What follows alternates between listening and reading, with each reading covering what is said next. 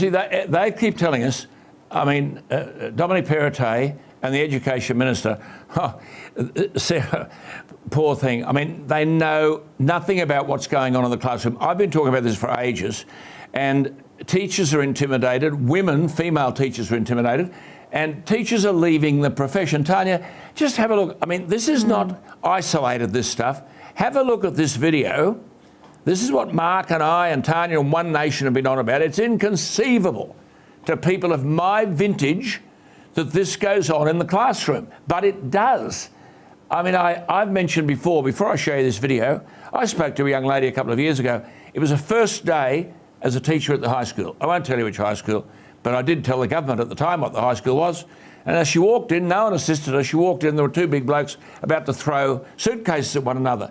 So she said, oh, excuse me, could you keep the noise down? They turned wheeled straight at her and said, why don't you F off? This is a female teacher. Intimidated. Now, basically, I reckon she should have called the police. Teachers are being physically assaulted, and young people are saying, well, why would I be a teacher?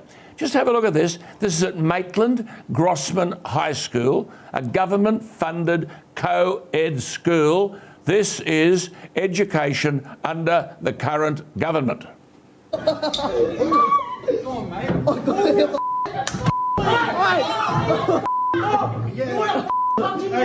phone's down.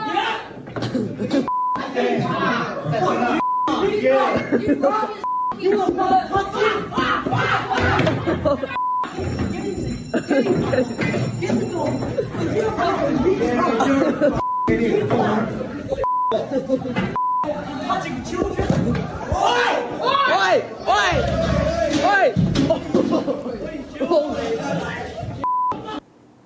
Now, all those beeps you heard were foul language. Students and teacher. Tania Mihailuk, what needs to be done?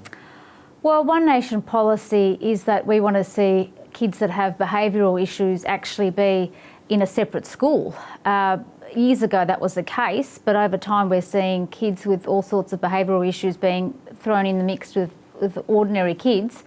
And in the end, nobody learns anything in the class when you've got kids misbehaving like this. I mean, this is terrible sorts of behaviour.